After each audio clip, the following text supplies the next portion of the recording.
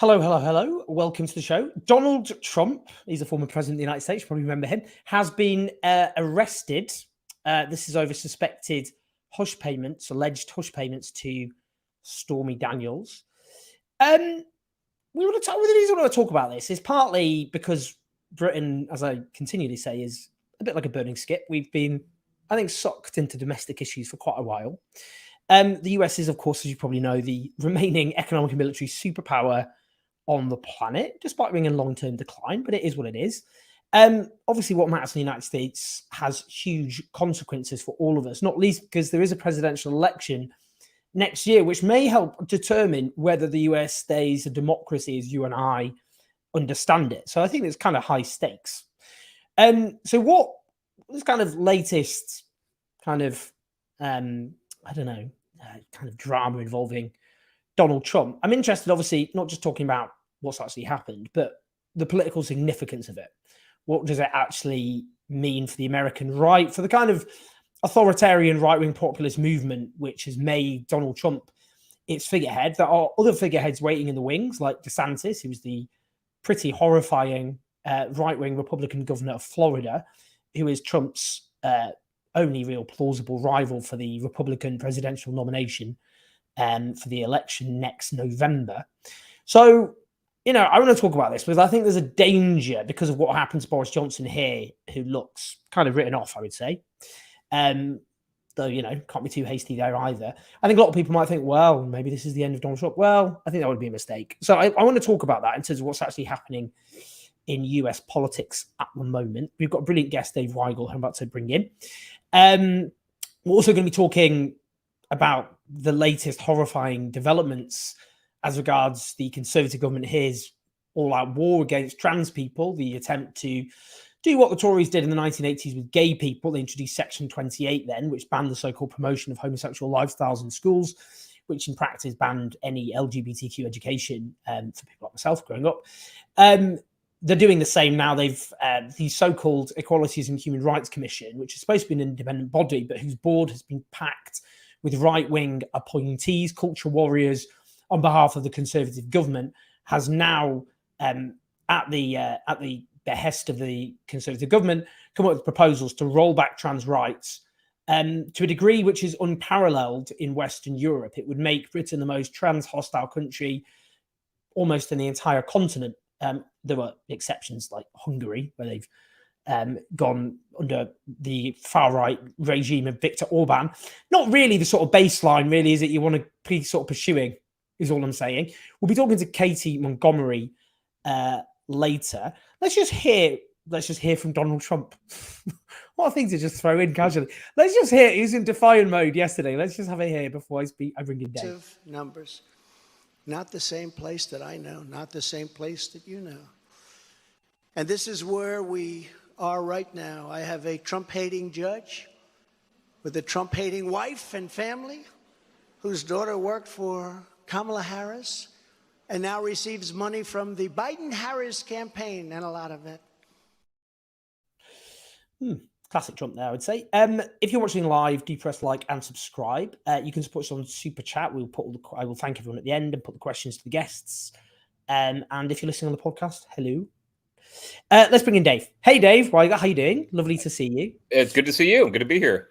Firstly, could you just sum up the kind of WTF, I suppose? What's the kind of gist? This is obviously involving alleged hush payments to Stormy Daniels. So what's the kind of gist of the charges and their seriousness, if you like? That's a good way to ask it, because there's not much denial of the charges. Trump pled not guilty, but Republicans who defend him don't even really dispute the story here, which is that it's weeks before the 2016 election.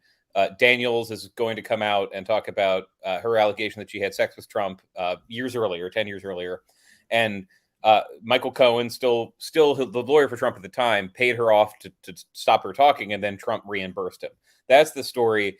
You'll notice, if you really comb for analysis of this from American conservatives, they don't say, how dare anyone accuse Donald Trump of this? It doesn't sound like him. But what they say instead is that this is a political hush payment, but this is a sort of thing that is never brought to trial.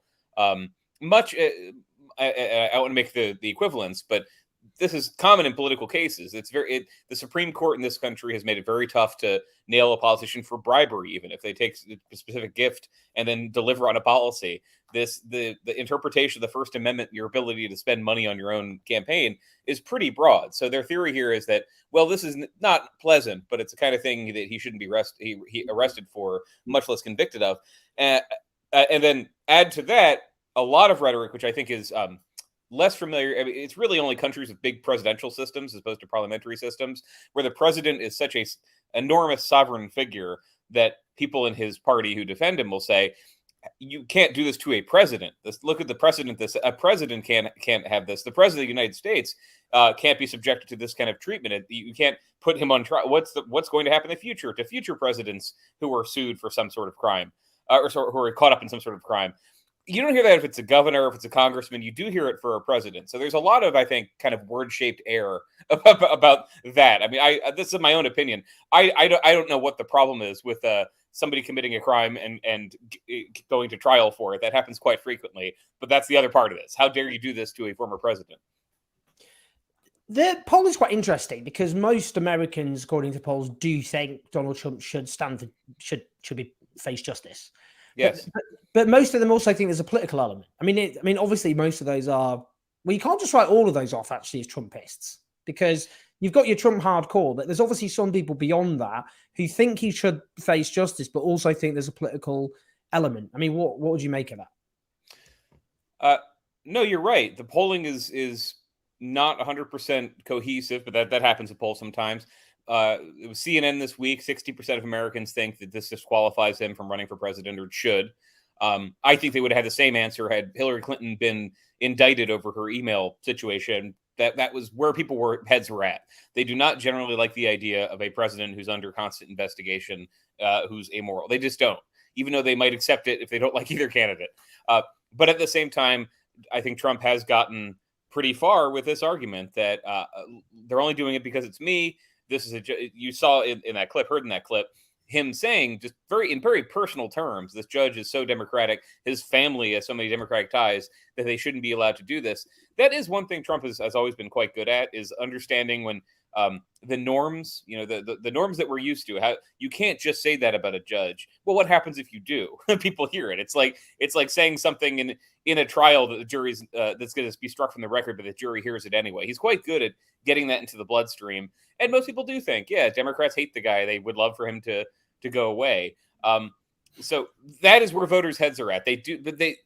Running through all this is that Americans do not want Donald Trump back generally. If they had a choice between Donald Trump and name your Republican who's not him, they take that. If it was between Donald Trump and Joe Biden, marginally they take that. If it's between Donald Trump and some Democrat who is frankly just younger. I mean, the main problem Biden has is he's in his 80s.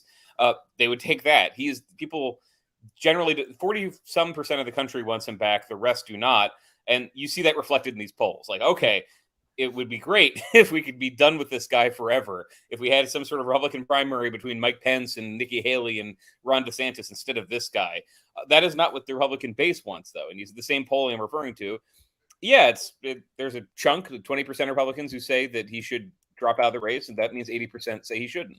That he should just. You heard Marjorie Taylor Greene and other Republicans comparing him to Nelson Mandela. That's where their heads are at. I mean, they're sincere about that. Not the whole spending decades in prison thing.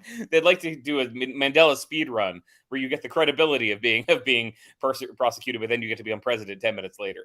I found the comparison to Nelson Mandela, which, as you know, was made by a very right-wing Republican, quite striking, not just because of how offensive it was in its own terms, but actually because the right regarded Nelson Mandela as a communist extremist terrorist who deserved to be locked up in their time, which is obviously not the position they've kept to in those cases. Can I just, in terms of the American right and their reaction, let's just hear a clip from Fox News.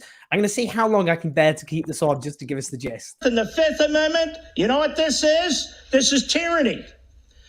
Now, Donald Trump is a historic figure. You think if he was Mitt Romney, they'd give a damn? No. You think if he, frankly, was a Bush, that they'd give a damn? No. Look at Trump today. He gives his speech at Mar-a-Lago. This is a man who's committed to fighting these abuses, who's committed to fighting these Marxists, who's committed to fighting the tyranny. He talks about securing the border. They don't want to secure the border. He talks about sound money. They don't want sound money. He talks about building up the military. They want a woke military. He backs the... Okay, all right, get the gist. So basically, the view amongst that chunk of the American right is that because Donald Trump has fought the so-called liberal establishment, which is simultaneously Marxist, and because he stands up against things like open borders and things like, stands for sound money. I'm not sure actually he did stand for that technically, but anyway, but that kind of stuff, that this is a politicized witch hunt. I suppose what I'm interested in though is, given his following and how devout his following has been for a long time, is actually the reaction from the base, or the lack of reaction, kind of surprising? Because there hasn't been the kind of all hell breaking loose that maybe some might have thought. No, so there are reasons for that, I think. One is that since January 6th, a lot of Republican conservative commentary has backfilled what happened and said, well, January 6th was not a big deal, but it was also a trap. It was the feds trying to trap people and ruin their lives, make them political prisoners. And there's a what's the term?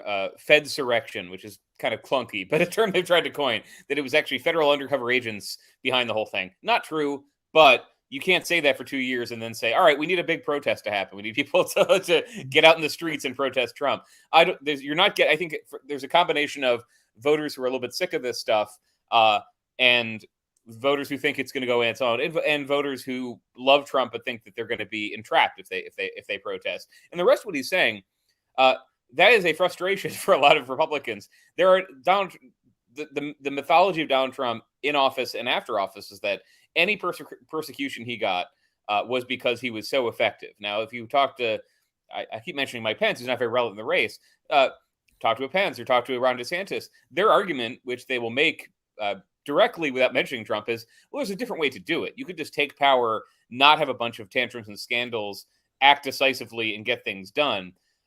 But again, it's important. Like, what's the old Neil Kiddick line? Like, elections are not fought in weeks; they're fought in years. This comes after years of people like Pence and DeSantis saying Donald Trump was the only guy with the guts to meet with Kim, the only guy with the guts to take on China. And then you can't come say years later, well, he had all those guts, but he also was a little bit sloppy and undisciplined. I mean, the most they'll say is on COVID he should have gotten rid of Fauci earlier, but they don't make the critique that I think. Well, I know most of the country agrees with, which was he was a fairly chaotic and selfish individual with a bunch of illegal behaviors, be it trying to overturn the election, and we want him to go. They can't say that, so they have to say he was our essential man. Donald Trump had to do what he did so we could rebuild the conservative movement. And they don't make the second leap is, and also we can replace him with somebody who's less chaotic. They try. That is the Republican primary right now, but it has not clicked yet. And every time Trump is in trouble, like he is, stateside, that is the news. I mean, I was covering lots of stuff this week, but I would turn on TV anytime Trump was in trouble. That was the news. Nobody was paying attention to what Mike Pence or Nikki Haley or even Ron DeSantis was saying. Beth McCard asks, I'm genuinely concerned over what he and his far-right cult will do and the impact it will have over here. Religion and state are intertwined. I should say the state, actually in the US, there's a demarcation between religion and state. Unlike technically Britain, even though Britain, where we have an established church, but we're far less religious than the US. But the point I think Beth is making, which is an important one, is firstly, that Trump became a figurehead for the international far right, so that it is of consequence in places like Britain what happens.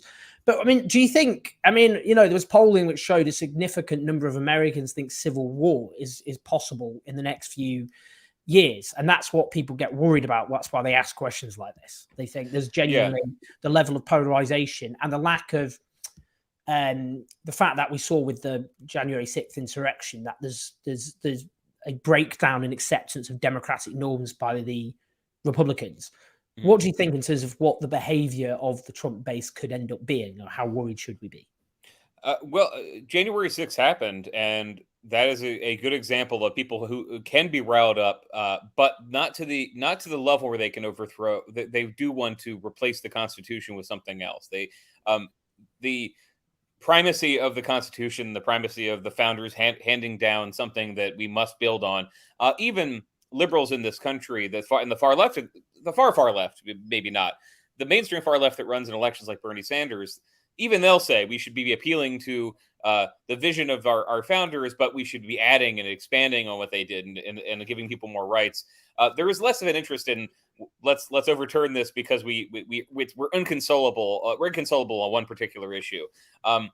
Frankly, the media in this country, which accentuated by social media, accentuated by just the need to click things, does hype every conflict as this is going to be the one that breaks us down. But I think it is the fear, if people start talking about civil war, is less there's going to be a state that secedes, that starts shooting back at a different state, or kicks it is more like a slow, I think a slower insurrection where states disobey the federal government. There are calls for the federal government to disobey conservative judges, and where people threaten legislators, threaten judges, threaten election officials.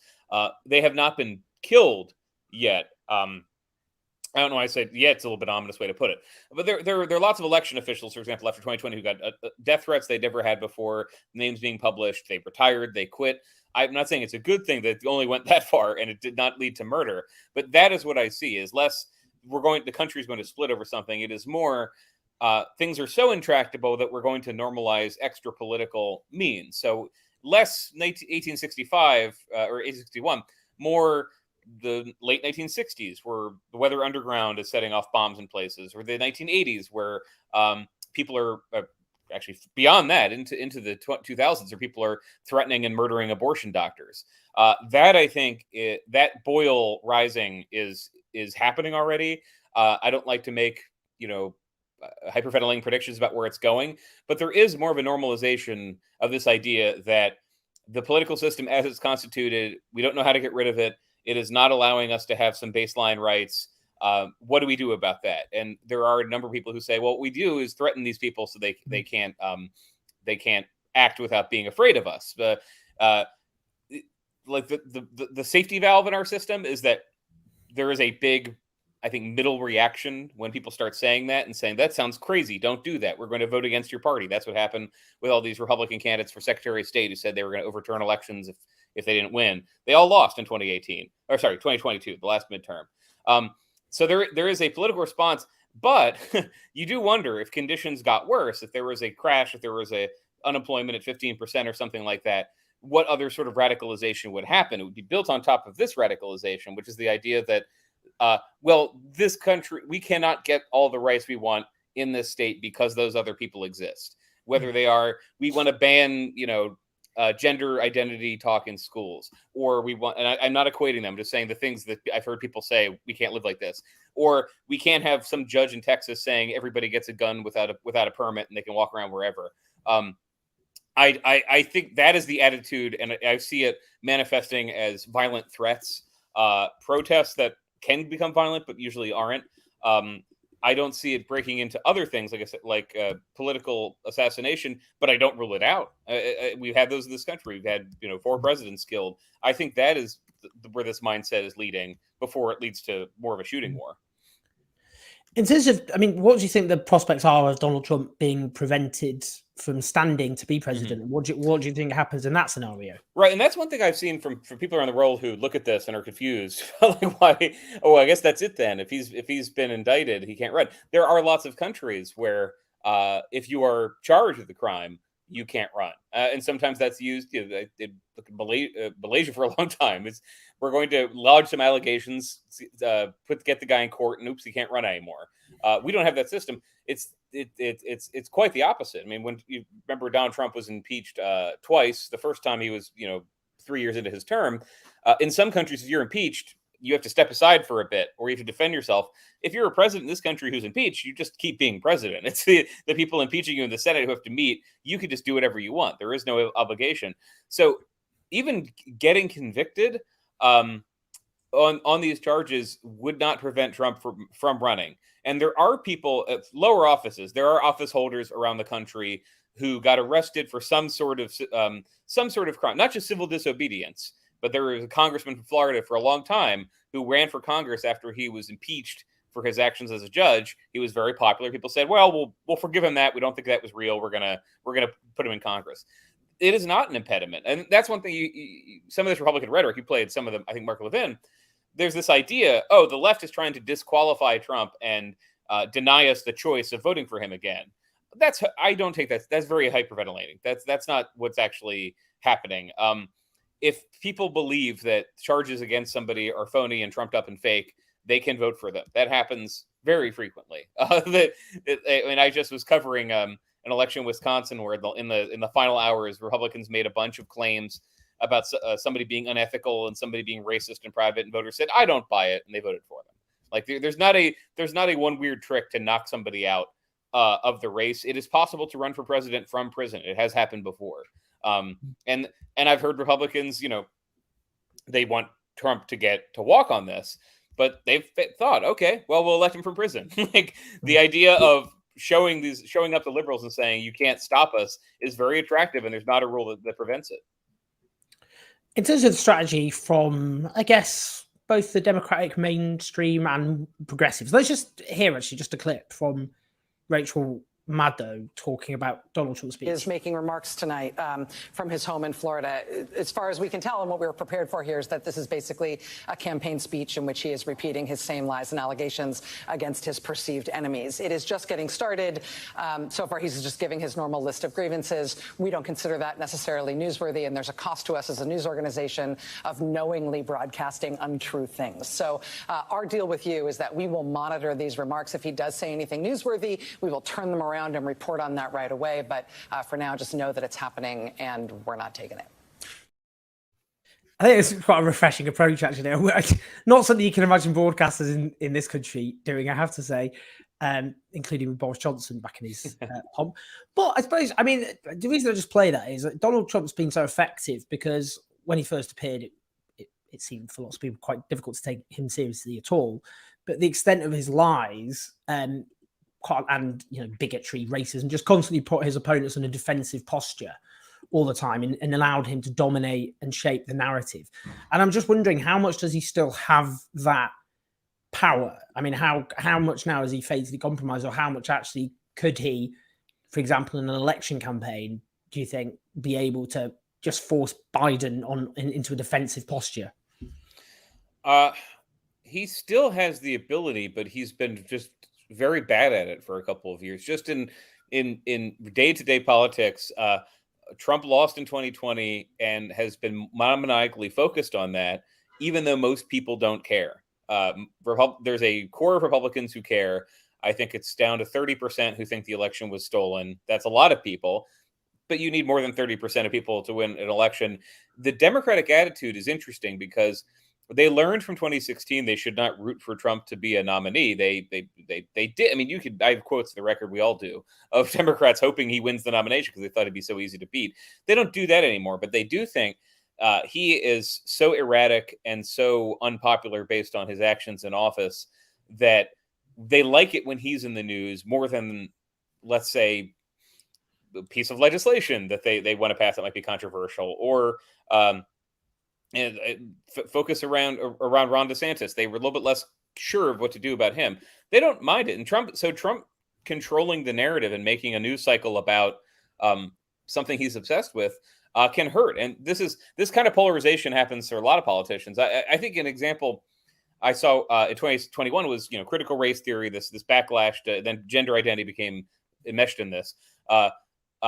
Trump had been campaigning against critical race theory, campaigning against gender identity, rolling back trans rights, but he was Trump and it was unpopular. And then when he disappeared from the scene for a year, those issues were in the conversation, but the advocates, the faces for, taking some racial studies out of schools to preventing mentions of gender identity or sexual preference, like those stopped being identified with Trump and they started being identified with conservative parents groups, or occasionally a scandal that would unfold in some school that would get the normal kind of attention, like what happened in this class. And then when Trump reappeared, it polarized again. Like Trump's involvement in an issue makes it unpopular. So Democrats are not glib about it. They're not saying, "Boy, I can't wait till Donald Trump brings this up." They're worried. When Donald Trump put out a bunch of policies to basically eradicate like transgender identity 2 months ago, there were people very worried about it because they know he can drive the Republican Party's message. But they're also, if this makes sense, they're also thinking, well, at least it's him doing it. At least it's not somebody with 60% approval who we think is going to win this election. At least it's somebody who most of the country sees on TV and clicks and turns off because they're tired of him. In terms of Joe Biden, I mean, is it's rumored I've seen that he's likely to announce he is restanding to be the Democratic nominee. You've noted he's a pretty old guy. How old is Joe Biden? He's 80, isn't he? Has he turned 80? He's turned 80, so he'll be 81 before the election. He'll turn 82 before the next inauguration. And yes, by some distance, the oldest president we ever had. So he'll be 86 or so by the time he finishes off. So finishes in office. Yeah, I'm not here to be ageist, but it's a striking. That's striking. There's no point pretending otherwise. I mean, do you think do you think, firstly, will there be any Democratic candidates who will stand against him, even, for example, to try and put pressure on him? I mean, that, like, for example, 1980, Teddy Kennedy stood against Jimmy Carter, although he had a good chance of winning actually for a while. So I suppose that's not a good comparison. But and if Biden is the candidate, how serious a chance is there of Donald Trump winning? Given, as we know, Donald Trump does not need to win the popular vote; he needs to win the Electoral College, and he was a 2% swing away from doing that back in 2020, and now Joe Biden is an incumbent. So the 1980 example is a good one because Carter antagonized the Democratic base a lot more than Biden has. Biden has delivered us quite a lot of what he ran on. Obviously, he's disappointed Democrats on a bunch of things he did promise, like the $15 minimum wage. The argument there is, well, I tried, but the Senate blocked it. But even student debt relief, something that was a crazy idea to people 6 years ago, he did it. It's being held up in court. So Biden's in the strange position where if you poll Democrats, and there's a poll this week in New Hampshire, there's only 35% of New Hampshire Democrats would vote for Biden today if it's a primary with him and every Democrat. But then no one gets close, and no one is convinced Democratic voters that no one's making the argument that he's too old and he should run again. It's just in the air; they're not saying it, and no one is with a big following is saying this guy must be replaced. I mean, I read Bernie Sanders' book that came out, came out last month. It's okay to be angry about capitalism. He has a lot in there about the ways in which the Democratic Party is failing people and losing generations of workers. But he also has a lot of praise for Joe Biden, and he wants Joe Biden to succeed. And he likes being in the position where he's the head of the labor committee in the Senate, but has meetings and Biden delivers on a lot of what he wants. I mean, Biden on the Labor Relations Board, advocating for Amazon workers to unionize. He has done enough where Democrats are not unhappy. It's really just he's very old. It's that he's in his 80s. If Joe Biden was 65, I feel that there'd be almost no effort. I mean, there'd be people. There are roots actions, some left wing groups here that want to challenge him. Marianne Williamson, who I interviewed last week, the author, sort of self help guru, is running. She's not a silly person. She's, she gets branded that way. She's thought through things, but she's polling at 1% because most Democrats say they want to win again. They're worried that Trump will be the nominee, and Biden has delivered. It's really entirely about it's less ideological. It's more about his age. And yes, there are ideas like universal Medicare that Biden is never going to deliver on. But most Democrats don't think you can. It is a weird center left party where it includes everyone up to the most left wing, the most avowedly communist outside the system people, and it includes some very few at this point, but like pro-life, pro-gun people who just are in a union and worry about Republicans cutting Social Security. It is a very messy party that does not have a core that say, all right, we're going to nominate a progressive. It has it in some cities and some states, like the new mayor of Chicago is a great example of the possibilities inside the Democratic coalition. He is very left-wing, labor teacher organizer, but that's not who the party wants to put up nationally. They are, and get into this all day, like their political science has studied this. Most people and most Democrats think this country is more conservative than it is. They're very worried about nominating somebody who is going to be perceived as left-wing. Even if the polls say Bernie Sanders could win, they don't buy it. polls say Elizabeth Warren could be Trump. They don't buy it. So that is the trap that the challengers to Joe Biden in. And the only reason that it's a question is he's 80 years old. That's basically it. Great stuff, Dave, as ever. Great to have your wisdom, your thoughts. Tad Campbell there, just the end. What Dave seems to be describing as a good campaign, as shown in Birth of a Nation. I think it's a reference, obviously, to the film Birth of a Nation, which was a gratuitously racist film in one of the first blockbusters in the 1910s, which the KKK used as one of their founding pieces of propaganda. And obviously, they played in the White House at the time. They had a screening in the White House. Yeah, absolutely. But great stuff, Dave, and do check out Dave's Twitter, because you can get loads of insights for nothing, literally for free, unless you start paying Elon Musk, in which case you will have to pay. But don't recommend. Is it at Dave Weigel? Is it that simple? It's at Dave Weigel, and then I write. I was at the Washington Post for 7 years and was one of the reporters who launched this new publication Semaphore. Follow me on there, and you can read the newsletter. That's free. My articles are free. But yeah, Twitter tells you where I'm going. Definitely. Yeah, do check out Semaphore. I should have said that from the very beginning, actually. Oh, no problem. Dave is a veteran at the Washington Post and now is part of this brilliant new media initiative. But honestly, really, really great stuff. And I think we are completely up to speed. So thank you so much, Dave. And I'll speak to you soon. Awesome. Good to talk to you. Thank you. You too. Take care. Bye-bye. Sorry, I just made you there. Sorry. Dave's taking over the show now, actually, don't you know? Before I bring in my next guest, please like and subscribe, and do listen on the podcast as well. And before I just bring in Katie, I just want to say what we're now going to talk about is very, very, very, very, very important. This country has been in the grip of a escalating anti-trans moral panic, hate campaign, whatever you want to call it, really, for years. It really is now escalating to a truly disturbing degree. I think it's just worth pointing out how swiftly things have shifted, because it was a Conservative Prime Minister, Theresa May, who not actually that long ago was supporting a system of self-identification, which is now used in countries across the world and has been for many years. Ireland introduced it in 2016. Argentina introduced it before. It's now been introduced in Spain. Germany introducing it. It's been introduced in Finland. It is becoming just the mainstream position on trans rights in European countries and Latin American countries, and in many states in the United States as well. Britain is going in the opposite direction. Britain is now becoming one of the most trans hostile places in the Western world. Depends how you define the Western world, because if you're gonna, if we include the EU, then it isn't, because Hungary has essentially abolished being trans by law, which they did at the beginning of the COVID pandemic. That's a far right, essentially dictatorship. So that's where we're at there. What has now happened is the Conservative government, which has rigged, essentially, or appointed a bunch of stooges, right-wing culture warriors, which we'll talk about, to the Equality and Human Rights Commission, which is supposed to be an independent body protecting the rights of minorities, would you believe? It's not doing that. So what they've done is appoint a load of, and we'll go through some of the right-wingers on that board of the EHRC, which include Tory donors.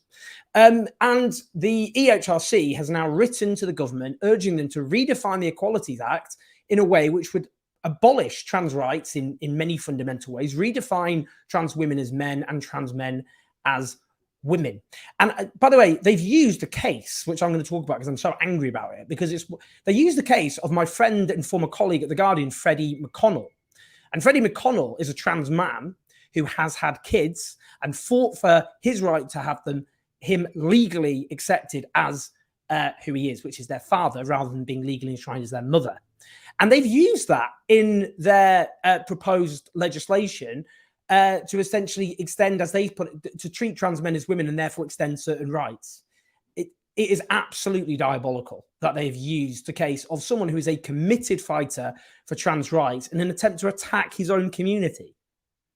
Oh, let's just bring in Katie now. I've had my rant there. Hey, Katie, how you doing? Great to see you as ever. You're on mute. You've been silenced by silencing women.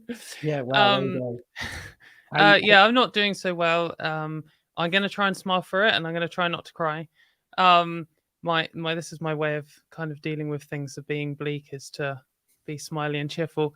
But yeah, I didn't sleep last night, and I feel like I've been in like fight or flight mode since seeing the letter, which hasn't been a fun experience.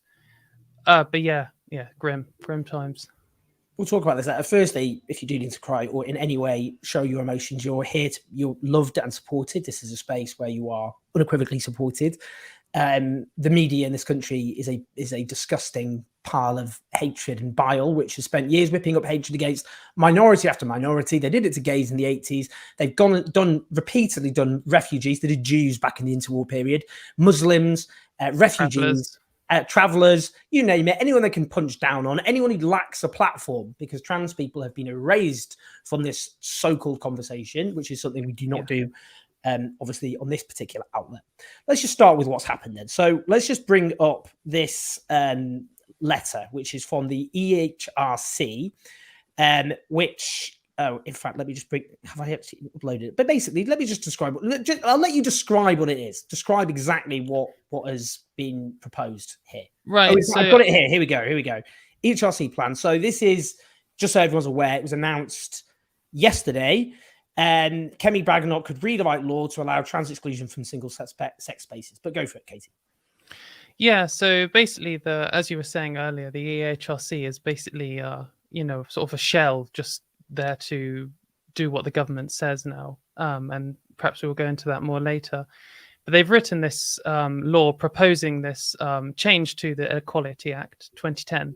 So the Equality Act 2010 is what gives pretty much everyone in this country all of their human rights. And it covers, disabled people, pregnant people, people of different races, all of that kind of stuff. And it covers trans and gay people as well. And trans people are included in several ways. I mean, everyone is included in this several ways. You're not just covered in one thing. So, if you're a pregnant woman, for example, you will have protections from misogyny, you will have protections from discrimination against pregnancy. If you're also Black, you'll have protections against racism. Perhaps you're disabled too, or perhaps you're just, older and there can be discrimination against ageism. So loads of stuff interplaying here.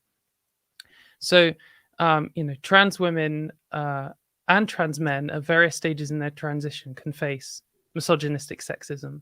And that can come in the form, like loads of different forms. For example, it could be the gender pay gap, or it could be abuse on the street, or it could be sexual harassment from a colleague, or everything you ever hear someone talk about as a misogynistic experience, even in hiring. Those are things that trans women can face, and it is there's a range of people at different stages in their transition, which things they face. But the Equality Act is written to try and include the grey areas, because none of this stuff is strict boxes.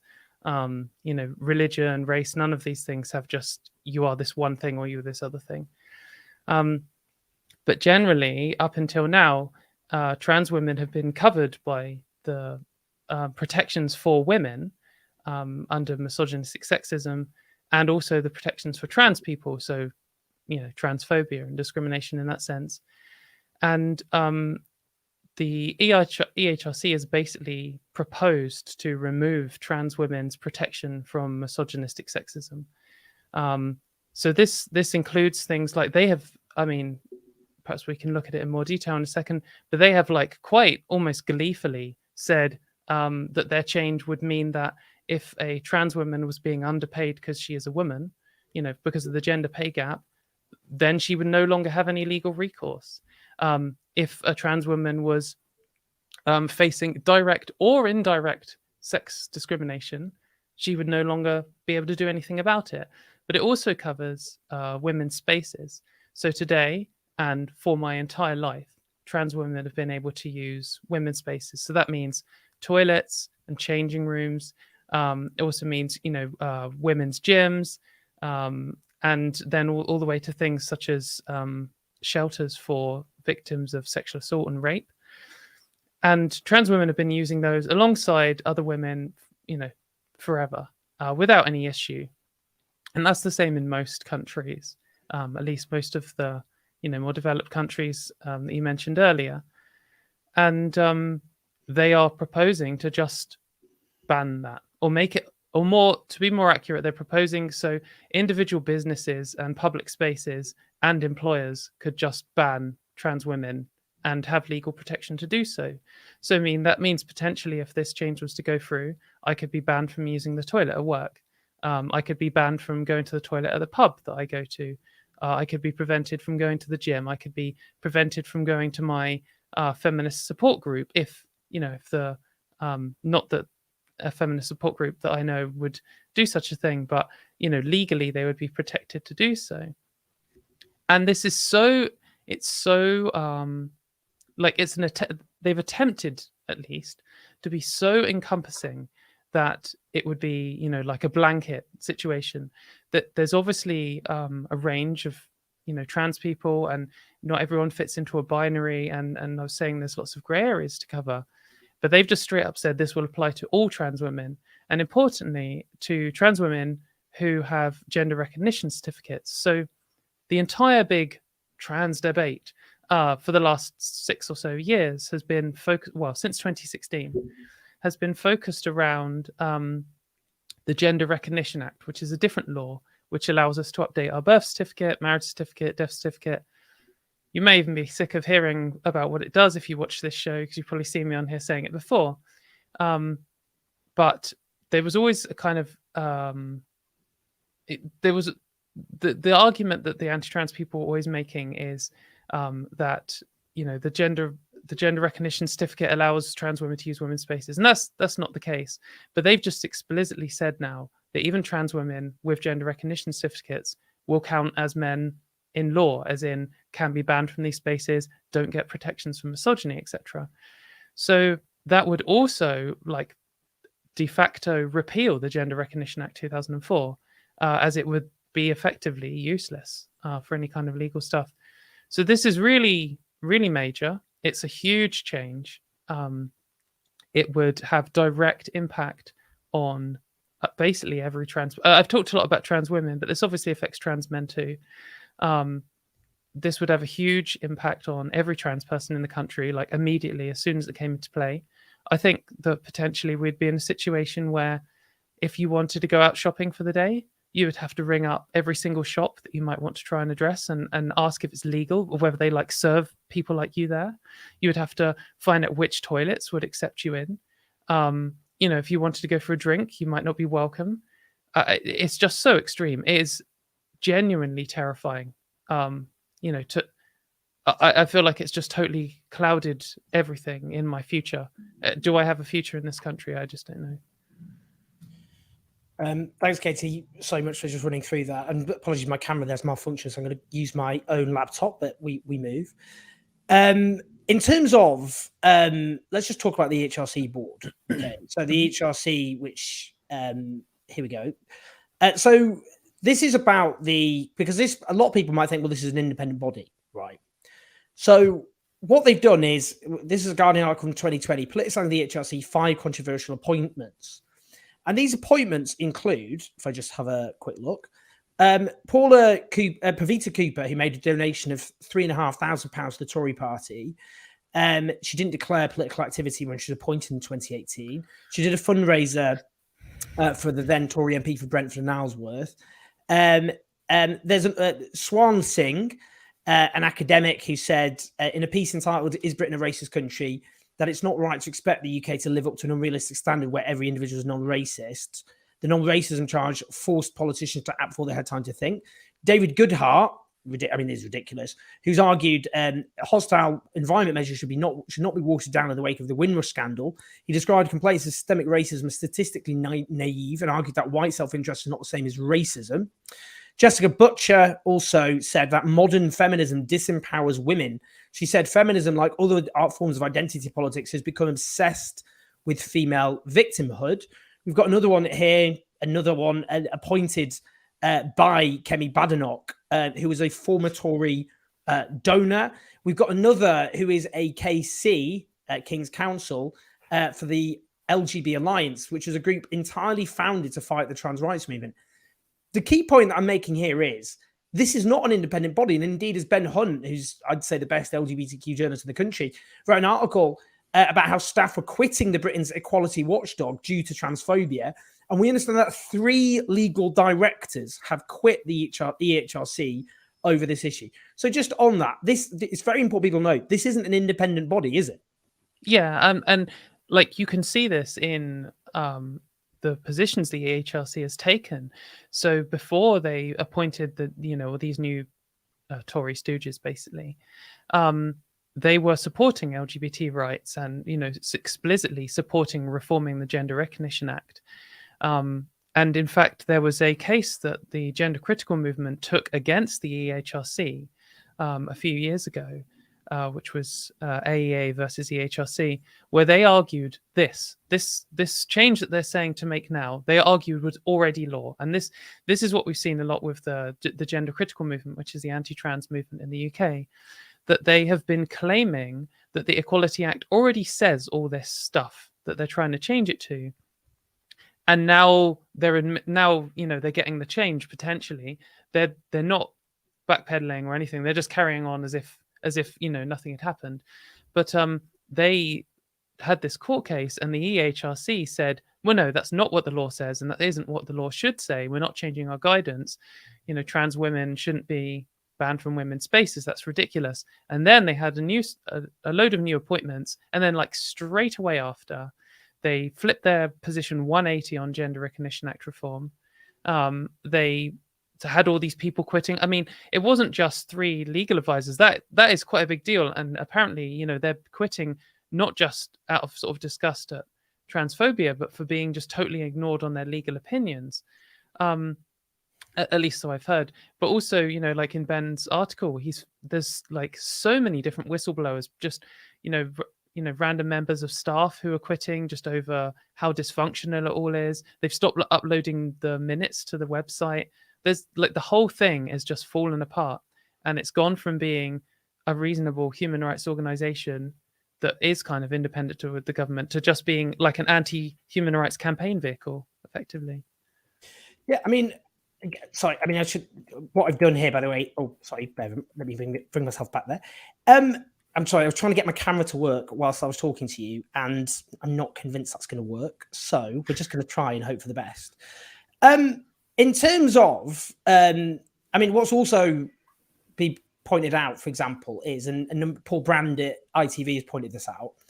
In fact, can I bring that? Oh, I'll bring it shortly. But basically, pointing out that, for example, people are pointing out if you're a trans man, you're suddenly who's gone through surgery and presents as a man, that in law you're to be treated as a woman, and how just completely ludicrous and absurd that is. And it fits in there. That the whole sort of propaganda line is men with beards and penises going into women's spaces and getting naked, and then this law would mandate that. I mean, lots of trans men have beards, some trans men have penises, lots of trans men pass. And when I say pass, I mean you would look at them and wouldn't know that they were trans. And then now they're in this position, or they would be in this position if this was to pass, where they should use women's spaces by law. And this kind of, oh, well, we're not worried about trans people. What about men who abuse the system?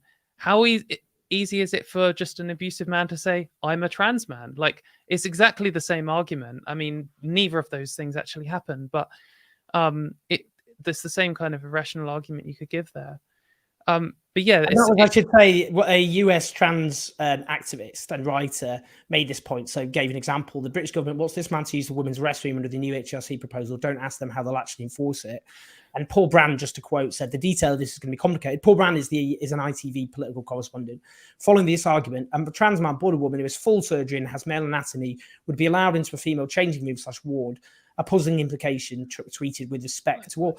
I mean, that's the point, isn't it? Because what they do, the anti-trans brigade, is use the hypothetical and the extreme to justify their onslaught. But we can play. It's easy to play the game of hypotheticals, because if we're going to just use hypotheticals, then you just pretend to be a trans man. I'm a trans man.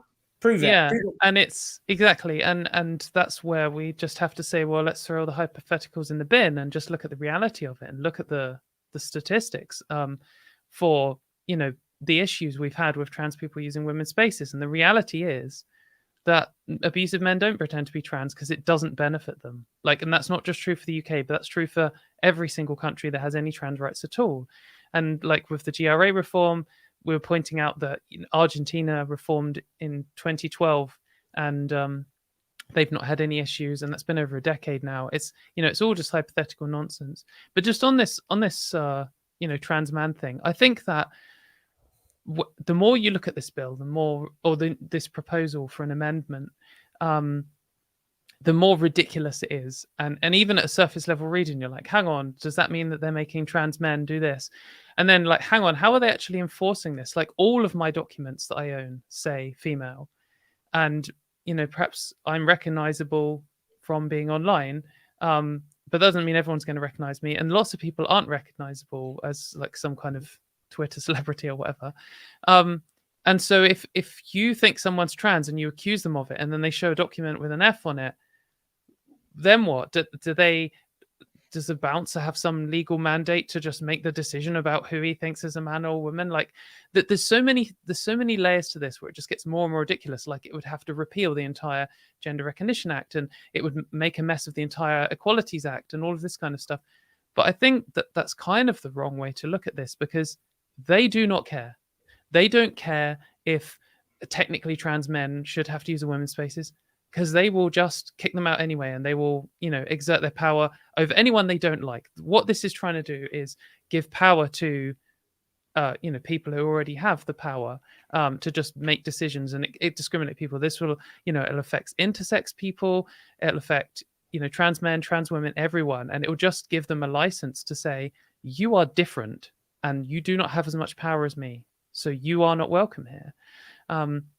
And I don't think it matters that it's a contradictory mess. Like, another part is they want to, their like propaganda line is, oh, we're just changing the definition of sex to biological sex, but legal sex is a binary. In the UK, you can only be M or F, and that should change. And there is a court case on the horizon at some point to allow X's on passports, for example, which loads of other countries, including the USA, already has, and India has had for decades.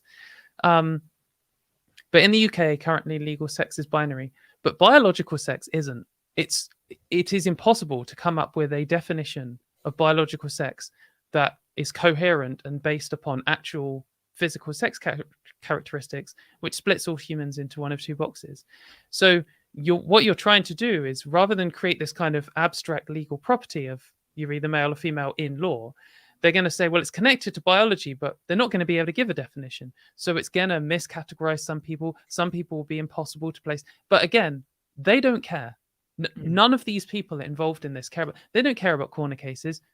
You know, screw those people. They're different. They don't. It doesn't matter if they don't have rights. It doesn't matter if it makes a mess of the legal system, because, I mean, the Tories are here. At least this Tory government seems to be here to just destroy human rights legislation altogether. They want to pull out of the European Court of Human Rights. You know, they wanted this Bill of Rights, which removed all kinds of other things. They're taking away the right to protest.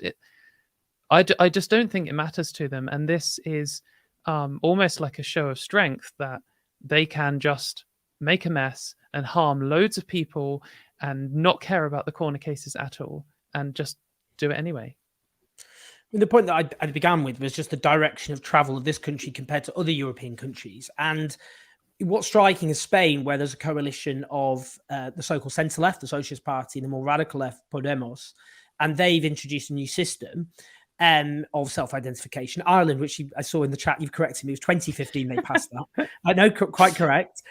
Germany, again, under their Social Democrat FDP Green coalition, are also introducing the same legislation Finland just did.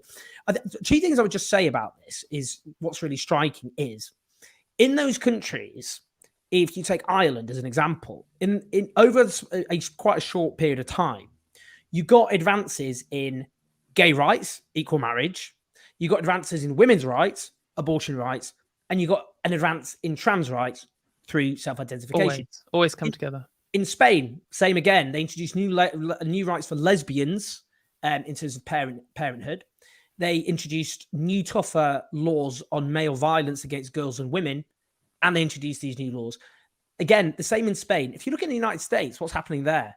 In the United States, you've got anti-gay laws like Don't Say Gay in Florida. You have anti-trans legislation across the United States, including banning gender-affirming healthcare.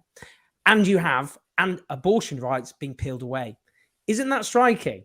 these rights they rise and fall together. So when people say there's a clash between women's rights and trans rights, why is it in all the countries where trans rights are going backwards, women's rights are going backwards, all the countries trans rights are going forward, again, women's rights are going forward? Because a lot of these anti-trans people are trying to portray what's happening in Britain as a victory for feminism, when actually we have one of the most right-wing governments in the Western world, as if feminism has any influence over a hard right extreme cabal who run Britain. This is just an anti-LGBTQ attack, like Thatcherism did, for simple political gain.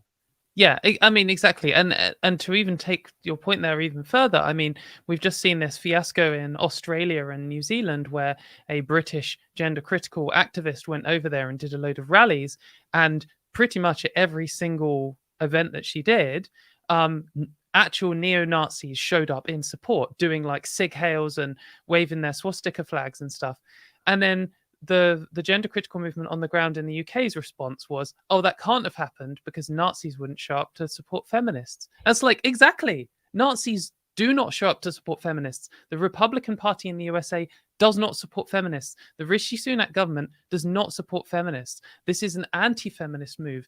Like, without going into loads of feminist theory, I mean, part of the core of this like whole thing, this defining women by biological sex, which isn't really a binary and doesn't really fit, is part of it is they're also saying, they're not just saying, oh, you are what you were born and you can't change that, which is a core part of what they're saying. But another core part of what they're saying is, and that is regardless of how your real life actually works, how society should treat you. And part of that is the claim that trans women don't experience misogyny. And sure, we can just look around and see that they do.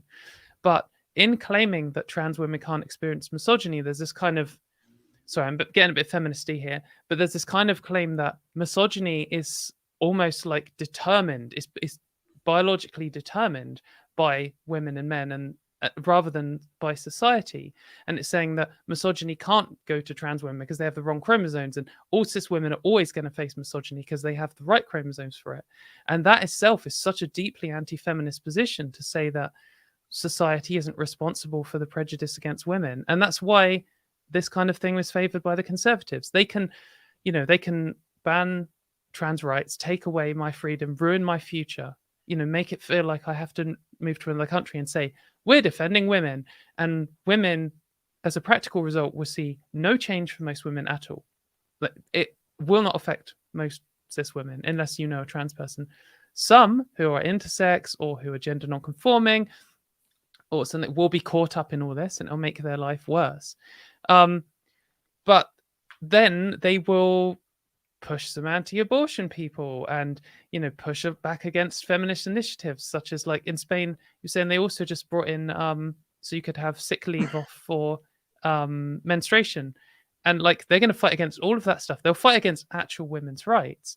But then they'll still manage to claim they get the kudos for defending women because they took away my protections from the same sexism that women face, all women face. Yeah, it's just so infuriating. In terms of, I want to ask you about Labour's position as well, because garbage. Yeah, well, exactly. So what happened on the Trans Day Visibility last week, Friday? Yeah. So the Labour Party put out, the Labour Party will always be committed to building a society where the trans community feels safe and respected. Labour will introduce tougher sentences for LGBT plus hate crime, ban conversion therapy in all forms, modernise the outdated Gender Recognition Act. Now, people already thought that was a joke because of the statements being made by Keir Starmer increasingly on the issue of trans rights, which are very much going in the direction of the so-called gender critical lobby. But what's happened today is Labour has welcomed the move by the HRC to review whether trans people's legal protections under the Equality Act should be changed.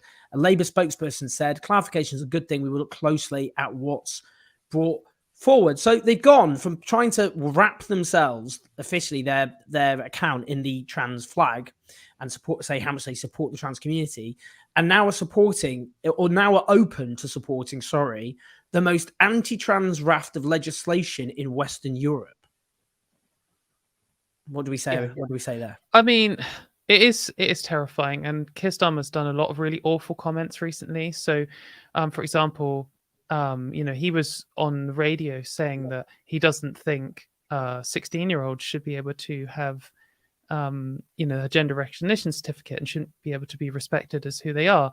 Like days before Brianna J, who was a 16-year-old trans girl, was murdered, and then put in a situation where her family is going to have to deal with the fact that she doesn't have the right documents. It's going to cause a mess in the funeral, like it just total disrespect. And then to just not comment on it or say anything when it's such an easy win to say, like giving a gender recognition certificate to someone who isn't even alive anymore, it just so trivially it doesn't affect anyone else. It would be such an easy win for him to support that, but he can't do it. And like another issue with Rosie Duffield, I mean, liking all kinds of extremist, horrifying tweets on Twitter from people who are. There was one where someone made a joke where the punchline was implied that, at least in my opinion, that the Nazis didn't murder trans people as part of their war crimes, and there's just no comment on that, no action at all. It's sickening. And then to see this kind of statement, I mean, if I didn't sort of see where this was going and I wasn't caught up in it and I wasn't all fearing, I might say, well, if the statement is literally true, clarification is good, and we will have to see where it goes. But this is so transparently an attack on trans people's human rights that you would think that the very least they could do is come out with a statement saying, we think clarification is good and we will see where this goes. However, we unequivocally support trans people's rights and don't want to see them removed from the Equality Act. Adding that one extra sentence would still keep the other part if they want to do some diplomatic rubbish, and make us all not panic. And it just makes me feel like, why would I vote for Labour as a trans woman in this country in the next election what is the difference going to be? What is the difference between Keir Starmer and Rishi Sunak on this issue?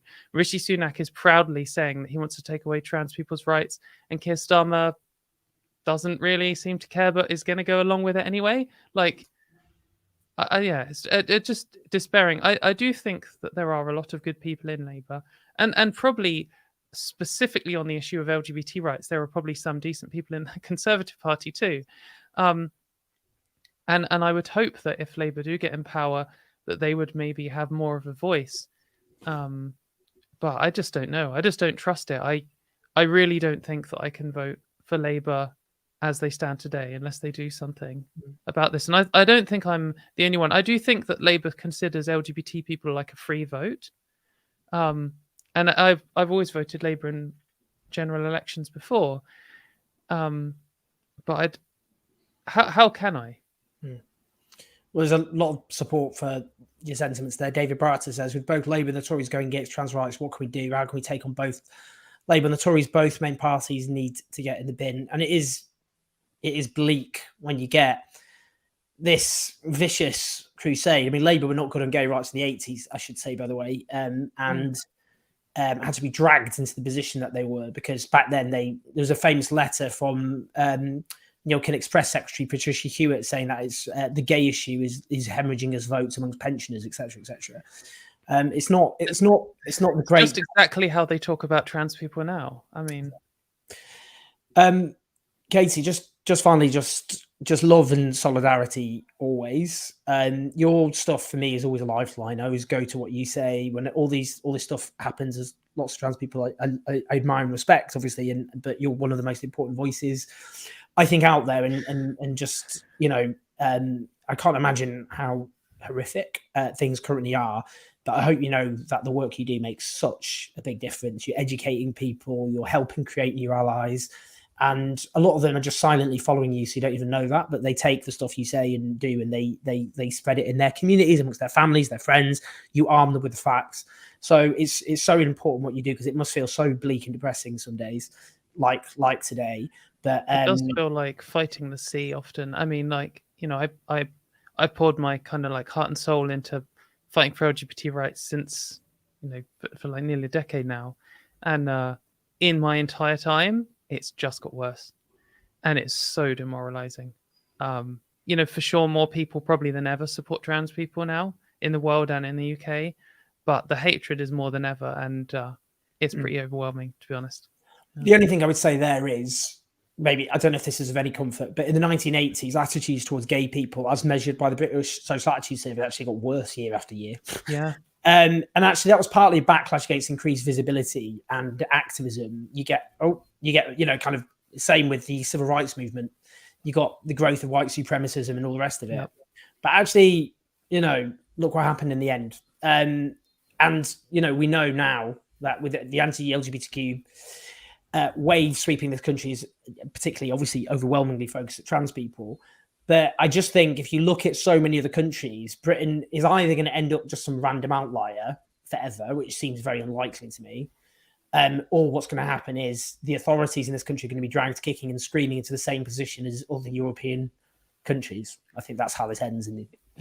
I mean, I don't have. I used to always have faith that in my lifetime, eventually, like, because within some people's lifetime, gay rights went from the point where only 8% of the British public thought that being gay should even be legal, up to the point now where we have gay marriage and like 80% of people think that it's still lower than it should be, but that is in a single lifetime. And I thought, well, we're in a similar place with trans rights. We're in the initial drop now, and there'll be up to another 10 years of it getting worse, which is horrible to say, but it's like a 15 to 20 year moral panic cycle, and then we'll start pulling out.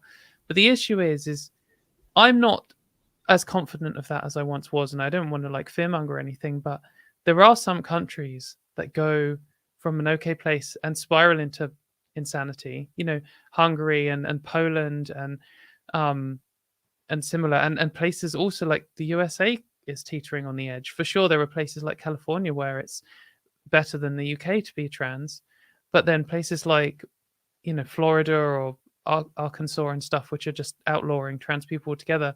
I don't know where that's going to land, and it's just so terrifying. I'm glad that there are places like Spain which seem to have a lot of momentum where I feel like I could escape to that, but most people don't have the option to do that. So yeah, horrifying. Muted myself there. I was trying to mute myself because I was trying to increase your sound. Your sound was fine in the end, but I thought it was glitched, okay. And then someone put it out. It's actually just my computer that's glitching, so ignore me. Okay, that's good. Katie is clear as ever. Honestly, brilliant stuff. And as I've said, we desperately need your insight, and I'm glad we got it in this dark time. And there are those of us who will stand with you to the very bitter end. But thanks so much for joining us, and I will speak to you soon. Solidarity. Thanks for having me. Bye, everyone. Lots of love. And make sure you subscribe to Katie Montgomery's YouTube channel. Yes, please do. Okay, great stuff. Speak to you in a bit, Katie. Take care. Bye. Bye. In fact, I can let you go now, can't I? Rather than let you take over the show. You can tell I don't have my producer with you today. This is what happens when I don't have my producer with me. But we got there. Lots of love. I'm flying blind. I just want to wrap up before my computer dies. It's been one of those tech days, I'm afraid. To be fair, we've been free of tech problems for quite a while, but presumably the gender critical movement has invaded my setup in an attempt to thwart attempts to stand by trans people. I just want to, again, make the point that, I do think when the history of this is written, what will happen is, I know what will happen. There'll be all these sad films and people will cry about how terrible it was for trans people in the 2020s in Britain. There'll be plays, songs will be written, and lots of people will be thinking that, how could this have happened? This is so terrible. And then there will be people who will recant what they did and they said, well, if I know now what I knew then, it was a different time, all the rest of it. Bollocks, don't let them get away with it. Don't let them get away with it. I'm sorry. Because that's what happened with gay rights. A load of people who use their platforms to make things really horrible for people. Gay people, literally when gay people were dying in their thousands in this country and across the world, dying in huge numbers. And you had all these monsters in the British media and the British political elite using their platforms to spread bollocks, to spread bile, to focus on the extreme and the unrepresentative, to use examples of gay paedophiles and extrapolate them, to make it out like children's rights really were under threat from the gay rights movement. They used their platforms, and there were people at the time who knew better and who fought. It wasn't like, this is just how everybody felt at the time. Oh, if you'd have been there, this is just what everyone's prevailing view was. No, it wasn't. There were people who fought for gay rights when it was unpopular to do so. And do you know what? It's not easy to fight to stand by trans people. That's not an attempt to martyrdom, because it's trans people who are facing the most vicious onslaught imaginable. But the idea is no, it's not easy to support trans rights in the sense that you get this extreme deranged cult who will come after you constantly and try and monster you in every possible way. But it is important to stand up and do the right thing, because at the moment, trans people who I speak to, they are making plans, if they can, to leave the country. That's where we're at. We're at the point of a minority that does not feel safe in this country and who are clutching for their passports. That's where things are at. Now, you either say, well, I don't understand the issue. Well, it seems complicated, this, that, or the other.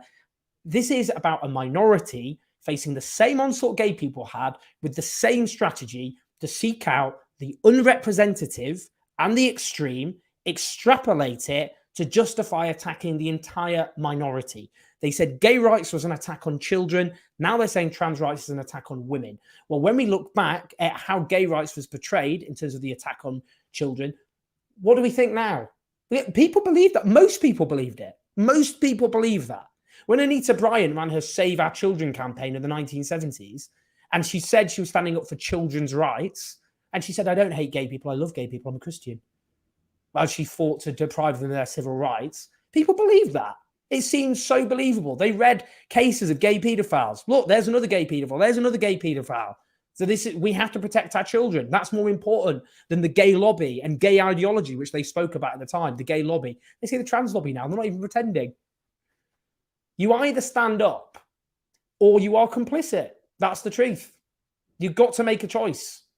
And the fact is, if a lot of people knew more trans people, I'm not saying this universally because there are trans parents, the parents of trans children who reject them, as they are the children of gay people who reject them, and often mess them up for the rest of their lives. And every LGBTQ person knows people traumatized by what their parents did to them. But if you knew a lot of it, or if a lot of people knew a trans person and saw what they were going through, a trans person they loved, a relative, a brother, a sister, a friend, someone at work, they actually change their mind. That's what the evidence shows. The more likely you are to know a trans person, the less likely you are to be transphobic, because suddenly they become human beings, and you suddenly realize, oh my word, they're trying to call these people, my friend, a sexual predator or a threat to children, or all the rest of it. You shouldn't have to wait for there to be someone you love who's a member of a minority to stand up and fight for their rights. That's my own belief. And I do think a lot of people have used that's my camera going again, who've used their platform to demonize and monster trans people in this vicious and unrelenting anti-trans moral panic. They will apologize in the years to come, but the damage has been done now. So all I would say is use your platforms as best as possible. And I know there's some people go, oh, this is a distraction. We talk about bread and butter issues. They always said this. They said it's about women's rights. Wait for the revolution, and then we'll talk about women's rights. We'll talk about the rights of minorities. But, the fact is that there are people who are oppressed and exploited as workers, and there are people who are also oppressed on the basis that they are trans or gay or black. And we've got to look at how all of those things intersect. It's not somehow distracting from the great cause of the labor movement and of the left to recognize that the oppressed includes a whole range of minorities who it's our responsibility to stand by and to fight for.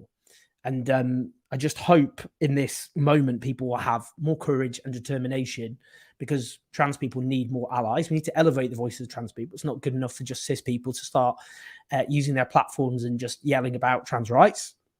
What I've always tried to do here, and Navarra have tried to do, is to give the microphone to trans people who can speak far more eloquently and from lived experience. But nonetheless, it is important that cis people, that is those of us who aren't trans, that we speak out and use our platforms, because this is now escalating to a frightening level. And there are too few voices. When you don't have the Labour Party standing up for trans people, when almost every newspaper is complicit, almost the entire British media is complicit in this vicious campaign, that shows there's more need than ever for more voices to speak out. So I hope people do that. Right, given my camera has collapsed. Oh yeah, go and watch Navarra now, by the way, everyone. My camera's collapsed. We got through it though. We heard what Katie said and my mic stayed alive. So that's what mattered. But we have lots of videos to come this week, as ever. So do like and subscribe.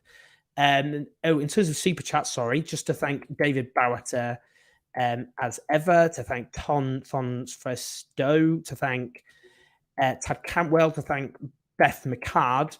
I think, have I missed anyone? I hope not. I hope, yeah. So do check us out during the week, and I will have a functioning camera as well. Because I know what's gone wrong. Basically, I tried to be too clever and use my computer to power the camera instead of the battery. That's what's normally plugged into. I thought, oh, it works okay, so I don't need to use the battery anymore. Big mistake. Turns out you do need to use the battery. That's why. So we live and we learn. Anyway, yeah, lots of videos to come and interviews. I'm going to have a series of interviews the week after next because I'm going to New York and I'm not going to work. So what I'm going to do is prepare a load of videos. So thanks to FSM is the dog. Sorry, FSM is the dog. That was my fault. Partly got distracted by tech issues. Yes, so I'll have lots of. I'm going to do a thing about video. What interviews you want me to do? That's what I'm going to do. I'm being very coherent today. I've noticed. Anyway, lots of love, everyone, and I will see you all very soon.